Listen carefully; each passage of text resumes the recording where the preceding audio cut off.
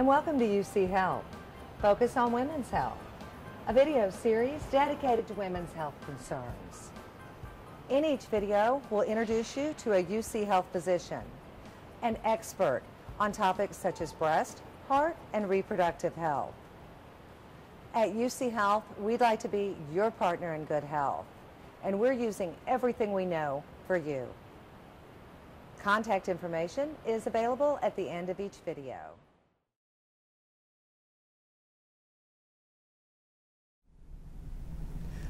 Because this video series is specific to women, could you give me some risk factors that women should be aware of with stroke?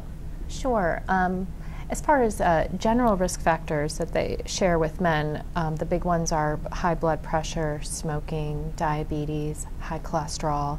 And then the ones that are specific to women would include particularly estrogen replacement therapies in the postmenopausal years of life.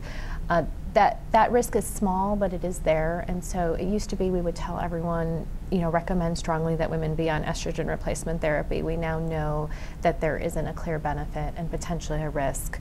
There are some circumstances that people should discuss with their doctor where it might be appropriate to be on estrogen replacement therapy, but in general that is an added risk for sure. There are probably about a couple 100,000 more women who have strokes each year in the United States compared to men. And we think that it's mainly because women tend to live longer, and so they tend to have, and strokes are very much, age is a significant risk factor for stroke. So as women live longer, they have more strokes, but it's not that women are inherently at higher risk for stroke than men. What is the difference between a heart attack and a stroke? It's a great question. A heart attack is when there's blockage of blood flow to the heart, and people typically have chest pain or shortness of breath. A stroke, on the other hand, is when there's a disruption of blood flow to the brain, whether it's blockage or rupture of a vessel. Okay. And are there different types of strokes? I'm told there are two.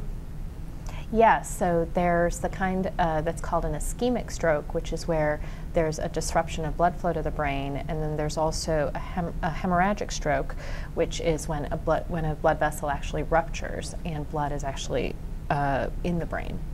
Now, do these two different types have two different types or sets of symptoms?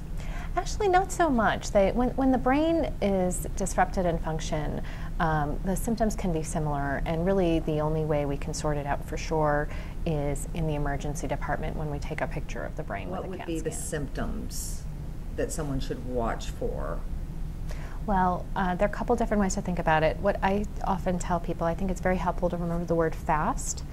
F for face, A for arm, S for speech, and T for time.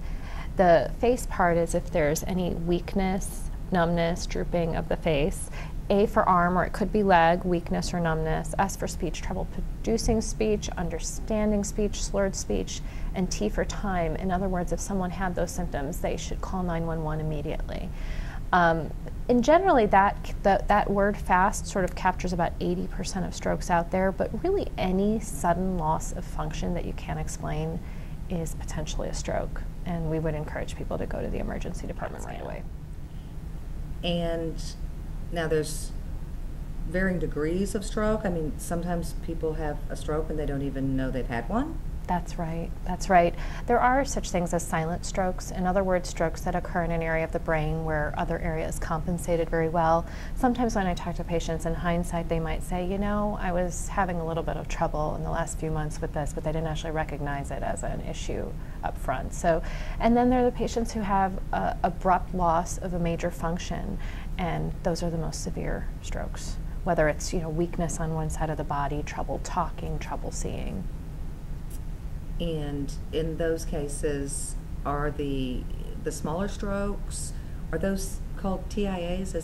Or do we still refer to them as TIAs? The lingo for the word TIA, or transient ischemic stroke, has been changing, but the bottom line about TIAs are they're strokes that just didn't stick. So in other words, they led to disruption of blood flow, but then the blood flow came back quickly enough that the patient isn't actually experiencing stroke symptoms anymore. Advances have been made in treating stroke patients. Well, over the last several years, probably the most important advancement that has been made is the ability to potentially break up that blood clot more effectively than your own body would by giving a medication through an IV called TPA. Some people might have heard of it as the clot-busting agent. We can give that within 4.5 hours of stroke onset, and the sooner we give it, the better chance someone has of reversing those stroke symptoms. So it's incredibly important that people get to the emergency department How quickly. are we uniquely prepared here to handle stroke and stroke patients? You know, stroke in Cincinnati is incredibly well covered. And at UC Health, we've had an emphasis on stroke care, and particularly acute stroke care, for years, since the late 80s. We were among the first people to give that clot-busting agent called TPA to stroke patients. And since then, we've been leading some of the major advances in acute stroke therapy. So, I mean, as far as cities go, I can't think of, unfortunately, when people do have strokes, you'd rather they didn't have them, but if they were to have them, there is no better place than Cincinnati.